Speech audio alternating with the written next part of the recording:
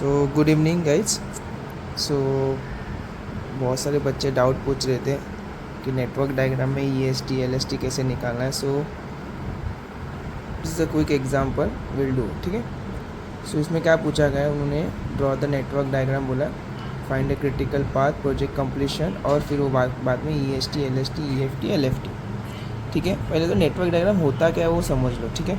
Network diagram क्या होता है, फॉर एग्जांपल अगर आपको बहुत सारे आपकी एक्टिविटी है प्रोजेक्ट में, फॉर एग्जांपल अगर लेट्स से एक सिमिलर एक रैंडम एग्जांपल ले, लेट्स से मैं ब्रिटानिया की कंपनी में और मुझे बिस्किट बनाना, ठीक है। तो अगर मैं डायरेक्टली जितने भी इंग्रेडिएंट्स डायरेक्टली ओवन में तो नहीं डाल सकता। सो फर्स्ट मुझे पहले एक्टिविटी करनी पड़ेगी, सारे इंग्रेडिएंट्स का जो प्रोपोर्शन में है उसको मिक्स करना, ठीक है। सेकेंड एक्टिविटी होगा मेरा उसको लेट्स से शेप देना proper, and then last activity will be कि ओवन में डालना, और फिर उसके बाद पैकेजिंग वगैरह तो हो। सो बेसिकली ये मेरा पूरा प्रोजेक्ट है, तो मैं डायरेक्टली ओवन में नहीं डाल सकता। तो मेरा फर्स्ट एक्टिविटी होगा कुछ, फिर उसके बाद है तो मेरी सेकंड एक्टिविटी रहेगी, वो फर्स्ट एक्टिविटी पे डिपेंड रहेगी। तो जब तक फर्स्ट एक्टिविटी पूरी नहीं हो रही तब तक मैं सेकंड नहीं कर सकता, ठीक है। तो ये सबको मुझे एक नेटवर्क डायग्राम में बिठाना है, मतलब डायग्राम में बिठाना है कि मैं पहली एक्टिविटी कौन सी करूँगा, फिर दूसरी कौन सी करूँगा, तीसरी कौन सी करूँगा, ऐसे अलग अलग तरीके से, ठीक है। सो यहाँ पे उन्होंने अलग अलग एक्टिविटीज़ दिए हुए।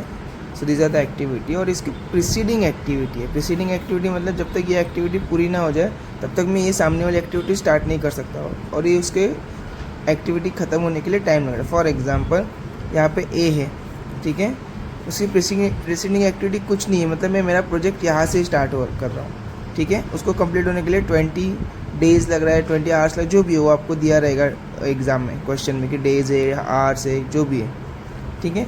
उसके बाद बी एक्टिविटी का प्रीसीडिंग ए, मतलब जब तक ए ख़त्म ना हो जाए तब तक मैं बी स्टार्ट नहीं कर सकता, ठीक है। तो उसके लिए मुझे मिनिमम कितना 20 आवर्स रुकना पड़ेगा, क्योंकि ए के लिए 20 आवर्स लग रहा है। सो 20 आवर्स रुकूंगा, फिर ए ख़त्म होगा, फिर मैं बी स्टार्ट करूँगा, फिर बी ख़त्म होने के लिए 25 आवर्स लगेगा, ठीक है। But the thing is C का भी प्रीसीडिंग एक्टिविटी ए ही है, मतलब सी और बी का कोई कनेक्शन नहीं है। तो जैसे ही ए हो जाएगा, जैसे ही ए ख़त्म होगा, मैं मेरा सी भी स्टार्ट कर सकता हूँ साइमल्टेनियसली, ठीक है। अभी ये सबको मुझे नेटवर्क डायग्राम में लिखना है। तो मैंने जैसे आपको स्टार्टिंग में बताया था, जब भी कोई एक्टिविटी स्टार्ट होती है तो वो एक नोड से स्टार्ट होगी, ठीक है। यहाँ पे थ्रू आउट दिस मेरा नोड जो भी एक्टिविटी कंप्लीट होगा, लेट्स से ए है, ठीक है। उसके बाद एक्टिविटी ख़त्म होने के बाद भी एक नोड बनेगा, ठीक है। अब इसके बाद जो भी एक्टिविटी स्टार्ट करना है वो मैं करूँगा। सो बेसिकली फर्स्ट नोड हर एक एक्टिविटी स्टार्ट करने के लिए, सेकेंड नोड भी एक्टिविटी ख़त्म होने के बाद। बट अभी यहाँ पे ए ख़त्म होने के बाद मैं बी और सी स्टार्ट कर सकता हूँ यहाँ से ही, तो उसके लिए मुझे वापस अलग से स्टार्ट नहीं करना है, ठीक है। यहाँ से ही जहाँ पे ए ख़त्म हो रहा है वहाँ से मैं सेकेंड एक्टिविटी स्टार्ट कर सकता हूँ, मेरे जो भी है। क्लियर है मैं क्या बोल रहा हूँ, ठीक है। सो हम लोग नेटवर्क डायग्राम बनाते हैं, ठीक है। सो फर्स्ट उन्होंने क्या बोला गया कि एक ए ही ऐसा एक्टिविटी जिसकी प्रीसीडिंग एक्टिविटी नहीं है, मतलब मेरा प्रोजेक्ट ए से ही स्टार्ट हो रहा है। सो यहाँ पे सिर्फ जब मैं प्रोजेक्ट स्टार्ट कर रहा हूँ मेरा यहाँ पे, सो ये मेरा फर्स्ट एक्टिविटी है, ठीक है। अभी यहाँ से मैं ए स्टार्ट कर रहा हूँ मेरा, ठीक है। ए मेरा स्टार्ट हो गया यहाँ पे, क्लियर है। अभी यहाँ से ए मेरा ख़त्म हो गया 2 पे। अभी उन्होंने क्या बोला यहाँ पे, ध्यान से देखो वापस, कि जब भी ए ख़त्म हो रहा है, ये 2 एक्टिविटी ऐसे है जो ए ख़त्म होने के बाद मैं स्टार्ट कर सकता हूँ, ठीक है। सो यहाँ पे मेरा ए ख़त्म हो रहा है, तो यहाँ से मैं 2 एक्टिविटी स्टार्ट कर सकता हूँ, एक बी और एक दूसरा सी, ठीक है। यहाँ पे बी ख़त्म होने के बाद थर्ड नोड बनेगा और सी ख़त्म होने के बाद फोर्थ नोड बनेगा, क्लियर है। अभी नेक्स्ट उन्होंने क्या बोला, अभी बी ख़त्म होने के बाद मैं डी स्टार्ट कर सकता हूँ और सी ख़त्म होने के बाद ई। सो यहाँ पे कोई डिपेंडेंसी नहीं है, यहाँ पे डायरेक्टली मैं यहाँ से बी से डी स्टार्ट कर सकता हूँ और सी से ई, ठीक है। डी ख़त्म होने के बाद 5th नोड बनेगा और ई ख़त्म होने के बाद 6th नोड बनेगा। इधर तक सब क्लियर है। अभी नेक्स्ट उन्होंने क्या बोला है, डी ख़त्म होने के बाद मेरा एफ स्टार्ट हो रहा है और ई ख़त्म होने के बाद जी। सो मैं यहाँ से वापस स्ट्रेट लाइन खींच सकता हूँ, बट द थिंग इज फिर मेरे को 2 नोड अलग अलग मिलेंगे, एक एफ का नोड और एक जी का नोड, राइट। बट अगर आप लास्ट में देखोगे यहाँ पे एफ एन जी मुझे साथ में चाहिए, और जब एफ एन जी साथ में ख़त्म हो गए तब भी मेरा एच स्टार्ट होने वाला है, ठीक है। तो इसलिए मैं क्या करूँगा, एफ एन जी को एक ही नोड पे लेके आऊँगा 7 पे। उससे क्या होने होगा, यहाँ पे एफ और जी दोनों ख़त्म हो रहे हैं मेरे यहाँ पे, ठीक है। अब जब दोनों ख़त्म हो रहे हैं तो मैं एच स्टार्ट कर सकता हूँ मेरा, ठीक है। इधर तक क्लियर किया। ये मैंने रफ डायग्राम बनाया है, तो आपको एग्ज़ाम में ऐसे नहीं बनाना है, बिकॉज आपको इधर E S T L S T भी लिखना है, ठीक है। तो आपको मैं प्रॉपर डायग्राम बना के दिखाता हूँ। Okay, so now this is the network diagram you will draw in the exam. ये प्रॉपर एक नेटवर्क डायग्राम जो तुम लोग एग्ज़ाम में ड्रॉ करोगे, ठीक है। जहाँ पे आपको क्या करना है, हर एक एक्टिविटी का नाम और उसका टाइम लिखना है नीचे ऊपर, ठीक है। और 2 जगह खाली छोड़ना है आपको नोड के नीचे, ठीक है। ये आपको E S T L F T E F T L S T जो भी है, जितने भी वैल्यूज है सब कैलकुलेट करने के लिए हेल्प करने वाला है। आप पूरा टेबल से भी कैलकुलेट कर सकते हो नेटवर्क डायग्राम से अगर नहीं जाना, बट वो बहुत ज़्यादा कैलकुलेशन हो जाता है, ठीक है। हम लोग इजी मेथड से ही करेंगे जो हम लोगों ने क्लास में किया था। तो अभी क्या करना है बेसिकली, आपको फिर 3-4 ही रूल है उसको याद रखना है, और उसी रूल को फॉलो करो। आपको आपका E S T L S T जो भी है वैल्यू निकालने वाले हो नेटवर्क डायग्राम से, वो फटाक से मिल जाएगा, ठीक है। तो आपको क्या करना है बेसिकली, ध्यान में रखो, देखो। सो फर्स्ट रूल क्या है बेसिकली, जब भी कभी आप फर्स्ट एक्टिविटी से लेके लास्ट एक्टिविटी तक जा रहे हो, ठीक है, आपको ऐड करना है जो टाइम दिया हुआ है वो एक्टिविटी के लगने वाला है, और वो आप कहाँ पे लिखोगे, यहाँ पे फर्स्ट वैल्यू, ठीक है। सिमिलरली जब आप पीछे वापस आ रहे हो रिवर्स, ठीक है, आपको माइनस करना है, ठीक है, और वो वैल्यू आप कहाँ पे लिखोगे, राइट हैंड साइड में। इधर ये थर्ड रूल, जब भी कभी आपके एक्टिविटी में कोई भी इवेंट में,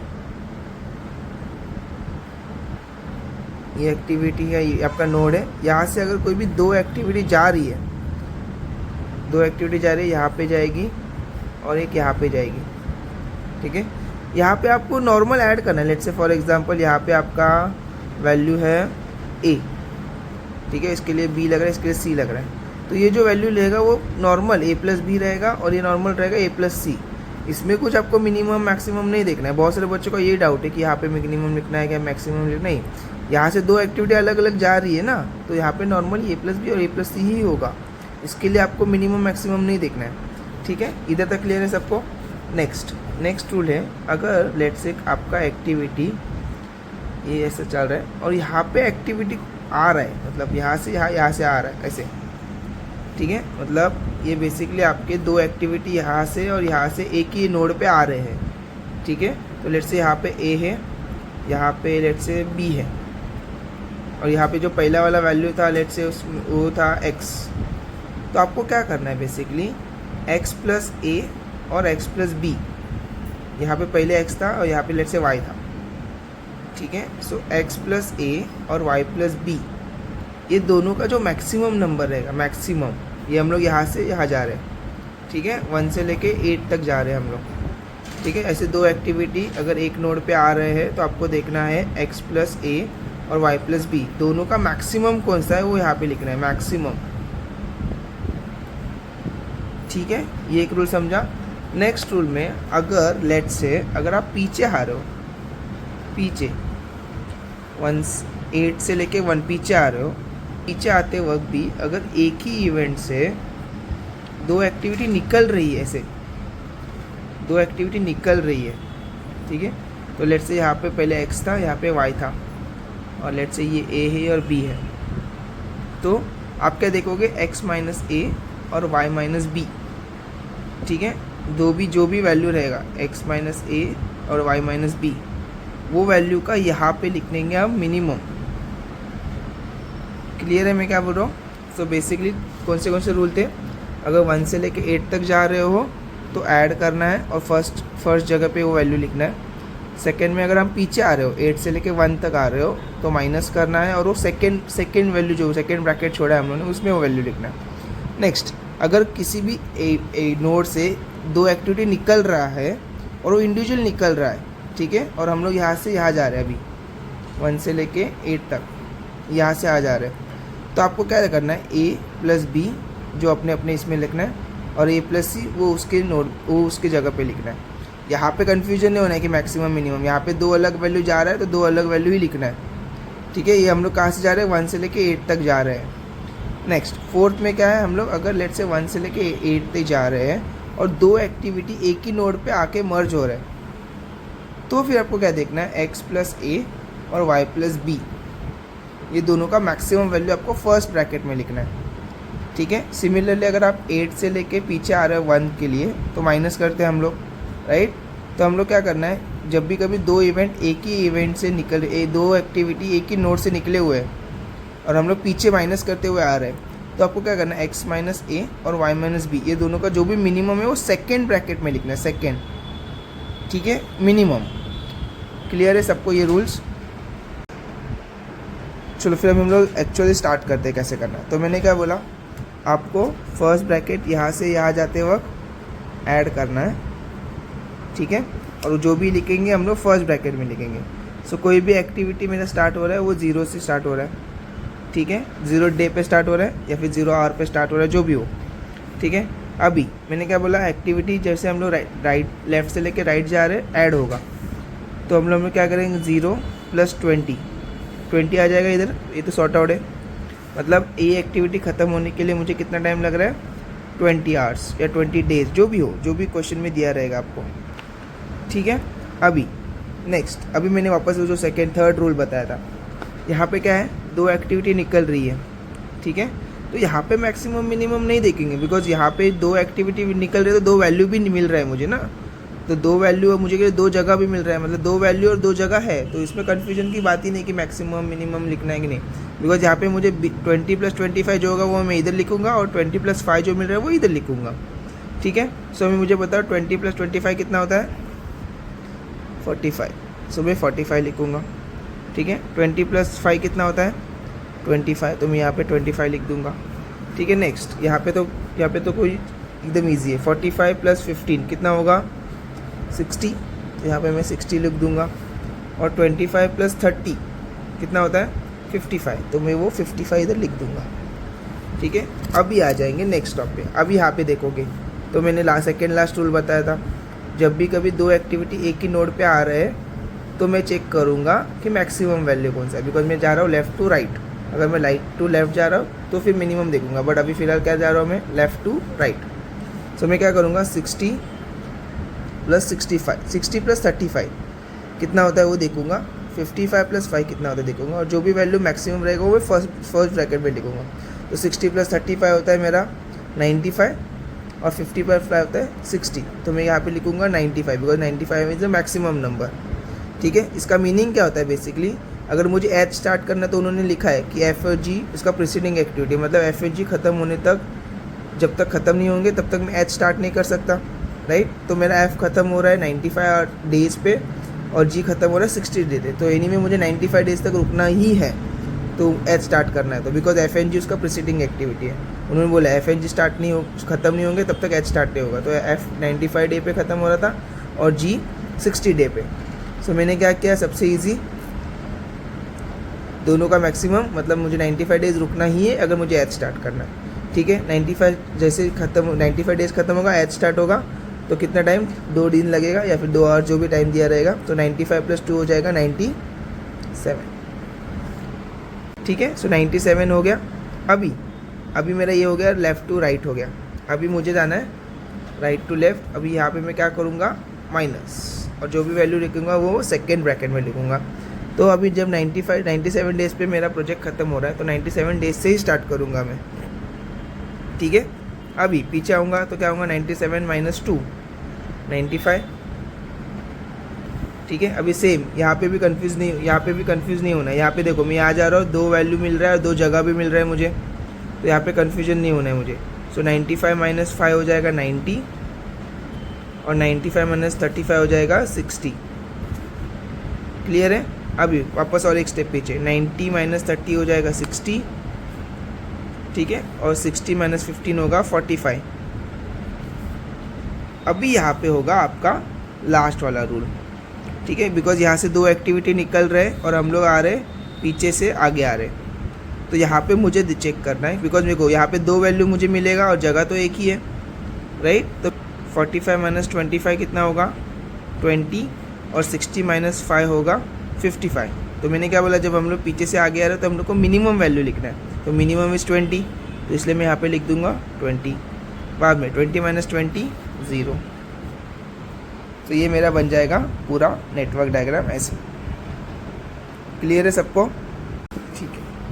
सो अभी मुझे EST LFT ये नेटवर्क डायग्राम से ही मिलने वाला है।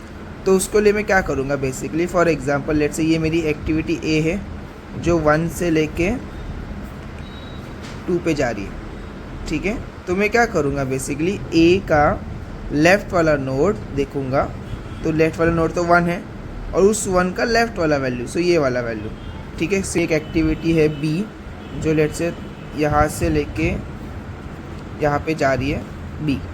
अगर मुझे B का EST निकालना है तो मैं देखूँगा B के लेफ़्ट में कौन है, और B के लेफ़्ट का जो लेफ़्ट नोड में लेफ़्ट वाला वैल्यू रहेगा वो मैं लिखूँगा, ठीक है। सो ये मेरा बन जाएगा EST, ठीक है।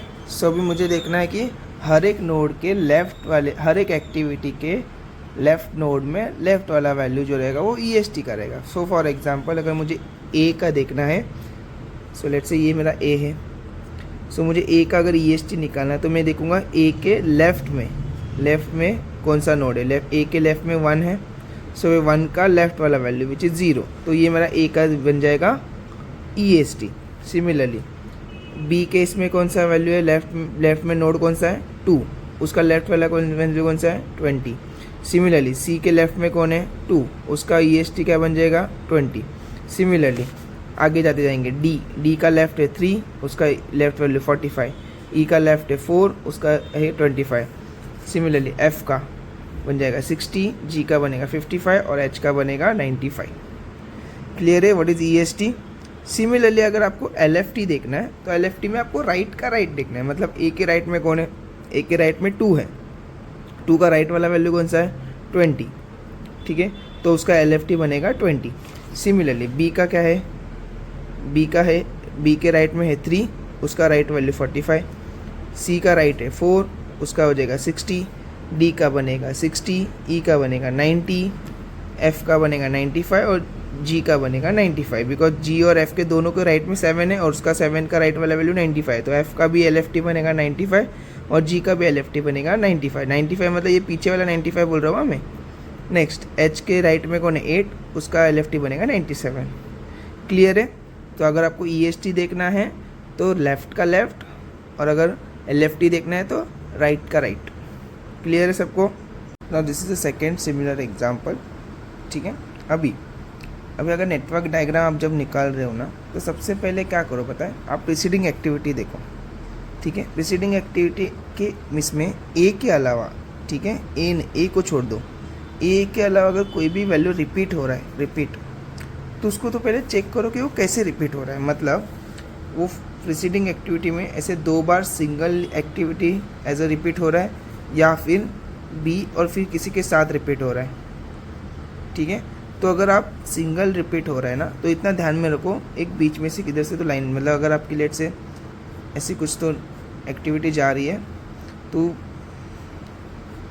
ठीक है, तो एक सिंगल बीच में से लाइन बनेगी जो कि एक एक्टिविटी ही होगी, ठीक है।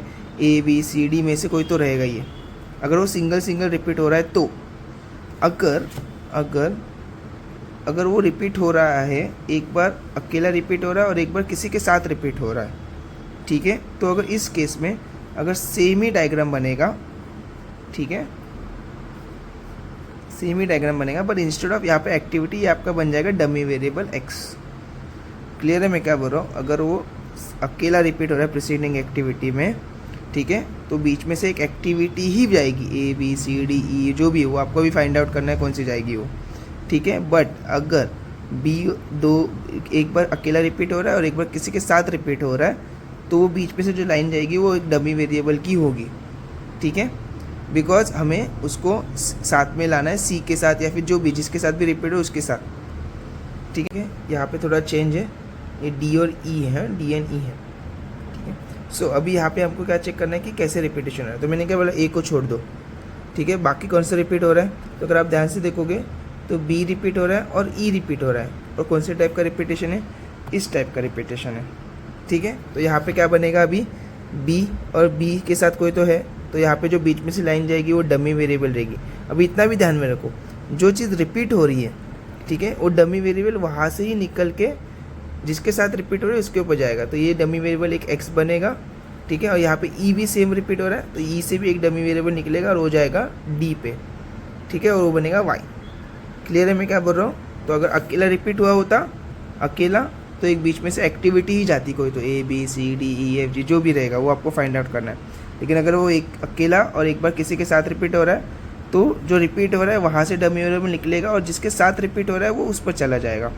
तो यहाँ पे देखो बी रिपीट हो रहा था, एक बार अकेला और एक बार किसी के साथ, सी के साथ, तो डमी वेरिएबल बी से निकलेगा और एक्स पे जाएगा। सिमिलरली ई से निकलेगा और डी पे जाएगा। तो आपका नेटवर्क डायग्राम कैसे बनेगा अभी फिर? So this is the network diagram, ठीक है। अभी एरो बहुत ज़्यादा इंपॉर्टेंट है, बिकॉज हम लोग कहाँ से कहाँ जा रहे हैं वो पता होना चाहिए, ठीक है। और मैंने क्या बोला था, जो एक्टिविटी रिपीट हो रही है, सो यहाँ पे बी रिपीट हो रही थी, तो वहाँ से एक डमी वेरिएबल निकलेगा और जिसके साथ रिपीट हो रही है, सी के साथ रिपीट हो रही थी, उस पर चला जाएगा वो। सिमिलरली यहाँ पे भी देखो ई रिपीट हो रहा था, तो ई से मेरा डमी वेरिएबल निकलेगा डी के ऊपर, ठीक है। और एक इम्पॉर्टेंट चीज़, आप जब लिख रहे हो तो उसके बाद कौन सा एक्टिविटी आएगा वो भी इम्पोर्टेंट है। फॉर एग्जांपल यहाँ पे डी लिखोगे और यहाँ पे ई लिखोगे तो रॉन्ग है, ठीक है, because B is the preceding activity of D, but E का preceding activity B and C है, दोनों है। सो दिस इज एक्स जो which works as a bridge between B and C, तो ये बेसिकली बी एंड सी को connect कर रहा है। सो बी यहाँ से आ रहा है और सी यहाँ से, तो दोनों मिलके मेरा ई स्टार्ट हो रहा है। तो अगर आप क्वेश्चन में देखोगे प्रीसीडिंग एक्टिविटी ई का बी एंड सी है, तो यहाँ से ई ही निकलेगा। अगर यहाँ से आप डी निकाल रहे हो तो विच इज़ रॉन्ग, तो make sure. Similarly so now ये यहाँ पे भी अगर आप देखोगे वाई जो ई और डी का ब्रिज का काम कर रहा है, तो यहाँ से ई आ रहा है और यहाँ से डी आ रहा है, तो डी और ई मिला के पूरा एफ बना रहे हैं, ठीक है। और सिमिलरली सिर्फ ई से जी स्टार्ट हो रहा है। सो मेक श्योर अगर आप यहाँ पे एफ लिख रहे हो, यहाँ पे जी लिख रहे हो, तो वो रॉन्ग हो जाएगा। क्लियर है? So this is the network diagram. अभी हम लोग स्टार्ट करते हैं E S T L S T का कैलकुलेशन। सो मैंने क्या बोला, हमेशा स्टार्ट करना है ज़ीरो से, ठीक है। सो अभी आप ध्यान से देखो, ज़ीरो से 7, 0 + 7 विल बी 7, ठीक है। अभी यहाँ पे तो एक ही एक्टिविटी आ रही है, ठीक है। यहाँ से देखो बी एक अकेला आ रहा है इस नोड पे, ठीक है। यहाँ से तो ये तो जा रहा है बट आ तो एक ही रहा है। सो 7 + 8 विल बी 15, तो यहाँ पे आ जाएगा 15, ठीक है। अभी अगर आप फोर्थ नोड देखोगे, फोर्थ नोड यहाँ पे दो एक्टिविटी आ रही है, एक x आ रहा है और एक c आ रहा है, ठीक है। तो मुझे दो वैल्यू मिलेगा, यहाँ से एक वैल्यू मिलेगा और यहाँ से एक वैल्यू मिलेगा, लेकिन मुझे जगह तो एक ही है। तो यह इस केस में हम लोग कहाँ जा रहे हैं, लेफ़्ट से लेके राइट जा रहे हैं। तो हम लोग मैंने जब लेफ़्ट से लेके राइट जाए तो मैक्सिमम वैल्यू लिखते हैं। तो मैं क्या करूँगा, 15 + 0 और 7 + 5 इस दोनों का जो भी मैक्सिमम वैल्यू रहेगा वो इधर लिखूँगा। तो मुझे आप बताओ 7 + 5 इज़ 12 और 15 + 0 इज़ 15, तो मैक्सिमम इज़ 15, तो यहाँ पे मैं लिख दूंगा 15। क्लियर है? ठीक है, बिकॉज यहाँ पे दो एक्टिविटी आ रही है, यहाँ से भी आ रही है, यहाँ से भी आ रही है। क्लियर है? अभी नेक्स्ट अगर आप यहाँ पे देखोगे, नेक्स्ट है अपना 6th नोड, यहाँ पे भी एक ही एक्टिविटी आ रही है। तो डायरेक्टली यहाँ पे दो एक्टिविटी नहीं आ रही है ना, यहाँ पे एक ही एक्टिविटी आ रही है। देखो एरो इंपॉर्टेंट है, यहाँ पे एक ही एरो आ रहा है, ये तो जा रही है ना, आ तो एक ही रही है। तो सिंपल जो हम लोग कैलकुलेशन करते हैं, 15 + 1 विल बी 16, बिकॉज यहाँ पे कोई दो वैल्यू मिल ही नहीं रहा है, मुझे एक ही वैल्यू मिल रहा है। तो वही जो 15 + 1 16 होता है वो 16। लेकिन अगर आप यहाँ पे देखोगे 5th नोड, ठीक है, यहाँ से y भी आ रहा है और d भी आ रहा है, दोनों आ रहे हैं, तो मुझे दो वैल्यू मिलेगा। सो 16 + 0 विल बी 16 और 15 + 3 विल बी 18, ठीक है।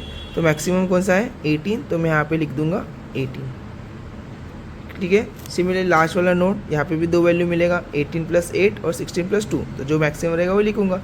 18 + 8 इज़ 26 और 16 + 2 इज़ 18, तो मैक्सिमम इज़ 26, तो यहाँ पे मैं क्या लिखूंगा 26, ठीक है। क्लियर है?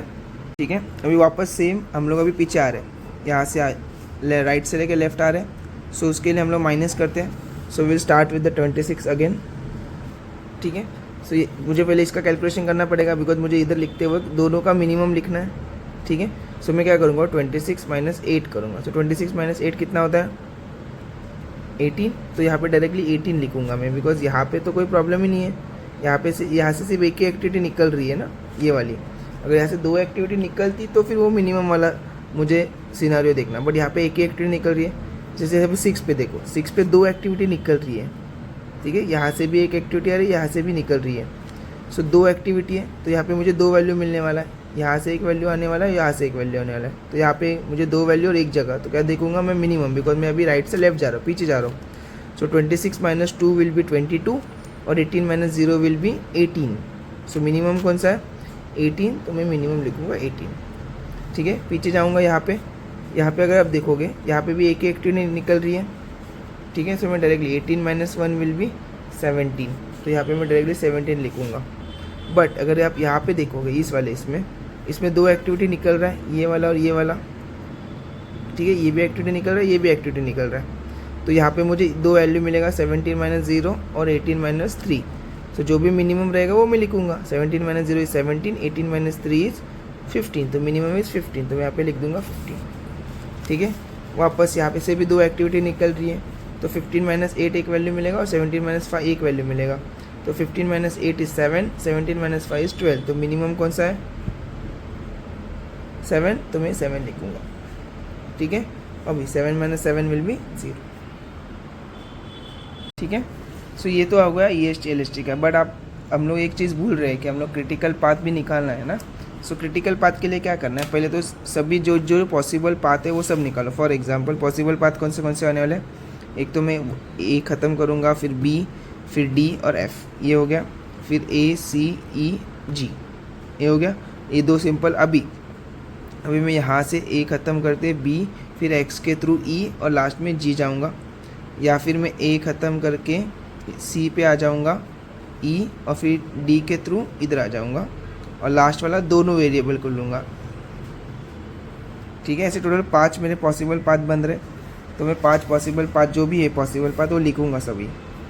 सो these are the possible paths और उसके करस्पॉन्डिंग टाइम, ठीक है, तो प्रोजेक्ट कंप्लीशन के लिए। तो अगर मैं A से लेके F तक जा रहा हूँ फर्स्ट पाथ से, तो 26 डेज़ लग रहे हैं। तो ऐसे सिमिलरली मुझे सभी पाथ के कैलकुलेशन करने हैं टाइमिंग के लिए, ठीक है। अभी क्रिटिकल पाथ मतलब इसमें सबसे ज़्यादा टाइम कौन सा पाथ ले रहा है, ठीक है। तो अगर आप ध्यान से देखोगे तो 26 is the maximum time required to project completion through this path A B D F। सो मेरा क्रिटिकल पाथ क्या बन जाएगा? तो therefore critical path is A B D F, ठीक है। और जो भी उसके लिए टाइम लग रहा है वो मेरा प्रोजेक्ट कंप्लीशन टाइम लगेगा। So project completion time is 26 days. Clear है इधर तक? सो अगर आप ध्यान से देखोगे, अगर आपको चेक करना है कि आपका आंसर सही है या गलत है, तो क्या करो, जो भी क्रिटिकल पाथ है ना उसका नेटवर्क डायग्राम देखो। फॉर एग्जांपल मेरा क्रिटिकल पाथ है A B D F, right. So A B D F, तो मैं नेटवर्क डायग्राम देखूंगा A B D F। सो इस पाथ में जितने भी नोड आ रहे हैं ना, तो इस पाथ में कौन से नोड आ रहे हैं? 1 एक आ रहा है, फिर 2 आ रहा है, फिर 3 आ रहा है, फिर 5 और रात में 7 आ रहा है। तो जितने भी नोड आ रहे हैं ना उनके दोनों वैल्यू सेम होने चाहिए। तो 0 0 आ रहा है, 7 7 आ रहा है, फिर 15 15 आ रहा है, फिर 18 18 आ रहा है और 26 26 आ रहा है। बाकी आप जितने भी नोड देखोगे उसका वैल्यू अलग अलग रहेगा, ठीक है। लेकिन जो क्रिटिकल पाथ रहेंगे उसके दोनों वैल्यू रहेंगे वो सेम ही रहेंगे, ठीक है। So last step is table का कैलकुलेशन। सो मैंने क्या बोला? EST will be left node left value and LFT will be right node right value. तो A के अगर आप ध्यान से देखोगे A के लेफ्ट में कौन है? 1, तो उसका लेफ्ट वैल्यू 0। फिर B के लेफ्ट में है 2, तो उसका लेफ्ट वैल्यू। C के लेफ्ट में है 2, उसका लेफ्ट वैल्यू। फिर D के लेफ्ट में है 15, उसका लेफ्ट वैल्यू। E के लेफ्ट में जो वैल्यू है वो, और कंटिन्यूसली इसे सॉल्व करते जाओ, ठीक है। So this will be your final table, और इससे आपको कैलकुलेशन कैसे करना है वो पता है। EFT will be EST plus time और LST will be LFT minus time और total food will be LST minus EST, ठीक है। इधर तक सबको क्लियर है?